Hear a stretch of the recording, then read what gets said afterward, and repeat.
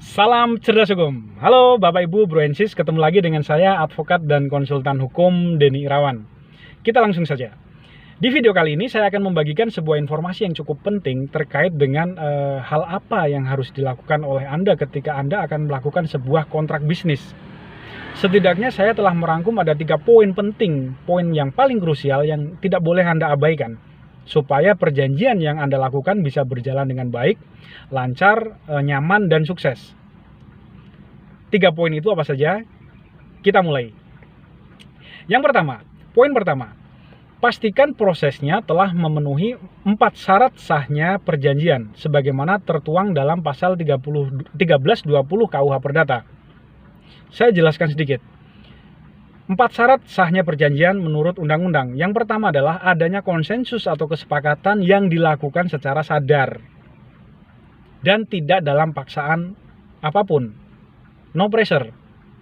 Ini harus clear, karena jika tidak, maka perjanjian bisa saja dibatalkan atau sebuah surat dibatalkan ketika di situ terbukti ada unsur tekanan gitu. Oke, kemudian syarat sah yang kedua, pastikan para pihak adalah person-person yang cakap hukum atau sudah dewasa dan tidak sedang berada di bawah pengampuan. Minimal umur 18 tahun lah. Kalau di KUH Perdata itu 21 tahun. Tapi kalau di Undang-Undang Perkawinan dan Undang-Undang Perlindungan Anak itu 18 tahun. Oke. Kemudian pastikan juga bahwa mitra Anda tersebut tidak sedang berada dalam pengawasan atau perawatan dokter kejiwaan alias punya kartu kuning. Anda harus pastikan itu. Oke, karena apa? Konsekuensi dari jika nanti ternyata terbukti salah satu pihak tidak cakap hukum, maka konsekuensinya adalah perjanjian atau kontrak bisa juga dibatalkan. Ya, tentu oleh hakim melalui mekanisme gugatan pembatalan di persidangan. Oke, kemudian syarat sah yang ketiga adalah pastikan objek perjanjiannya jelas, real, atau nyata. Misalnya berupa barang apa atau kesepakatan tentang apa.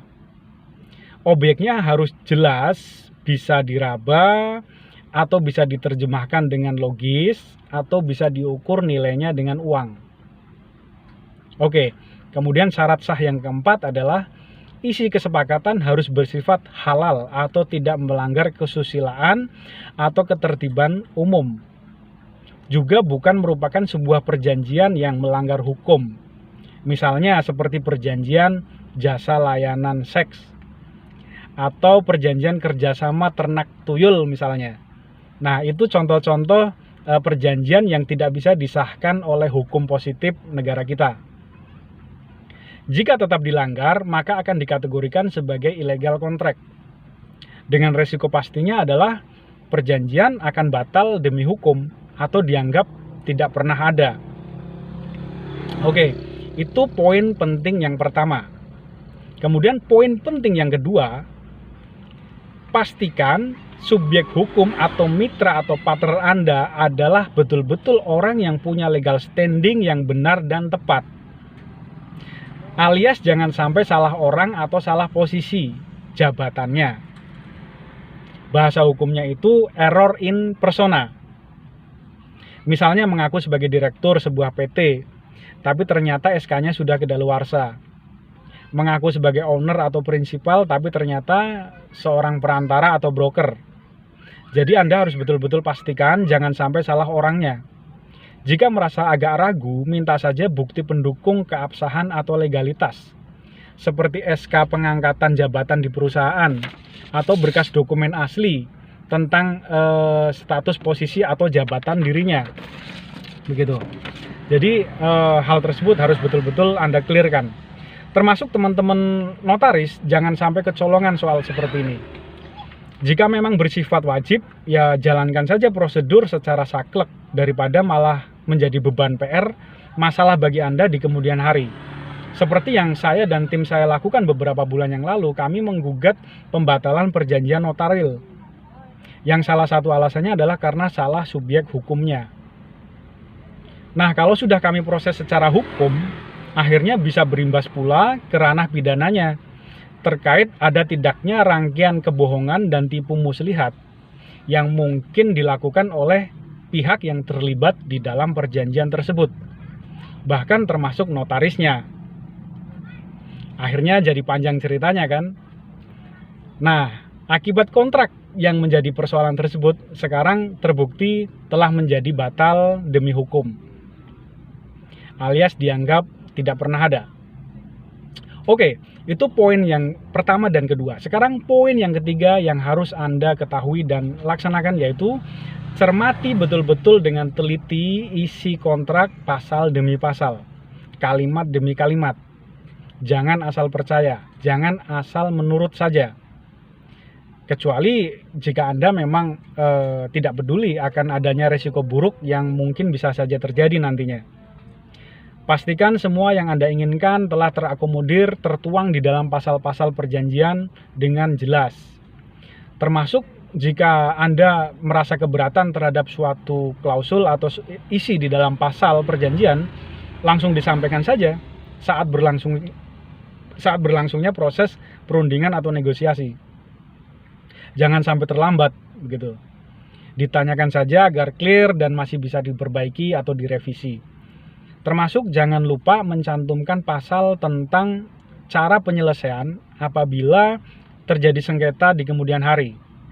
Misalnya memilih pengadilan negeri mana, atau di badan arbitrase, atau di lembaga BPSK, Badan Penyelesaian Sengketa Konsumen.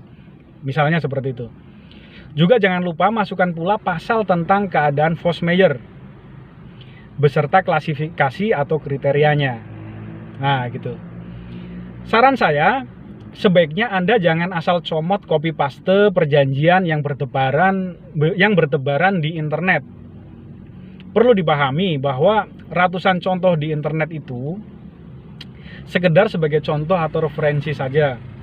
Tapi isinya nanti harus betul-betul disesuaikan dengan maksud dan tujuan serta bisa mengakomodir dengan detail tentang keinginan kesepakatan para pihak, yaitu Anda dan mitra bisnis atau partner Anda. Jika ingin lebih mantap, lebih aman, serta lebih profesional, Anda boleh konsultasikan dengan teman atau relasi yang berprofesi sebagai konsultan hukum atau advokat. Ya, tentu yang pandai dan berpengalaman dalam hal pembuatan berkas atau dokumen atau filing tentang kontrak atau perjanjian atau kerjasama bisnis. Mungkin akan ada sedikit cost yang harus Anda keluarkan, tapi apalah arti beberapa rupiah, namun bisa membuat perjanjian Anda yang nilainya 100 kali lipatnya menjadi lebih nyaman, aman, lancar jaya selama bertahun-tahun hingga selesainya perjanjian tersebut. Karena telah dipandu dan dibantu prosesnya oleh seorang profesional yang berkompeten di bidangnya. You're the best lawyer. Oke, semoga bermanfaat. Silahkan diklik subscribe, like, dan bagikan ke teman-teman Anda untuk saling berbagi informasi yang baik ini. Kurang lebihnya saya mohon maaf. Salam cerdas hukum. Terima kasih.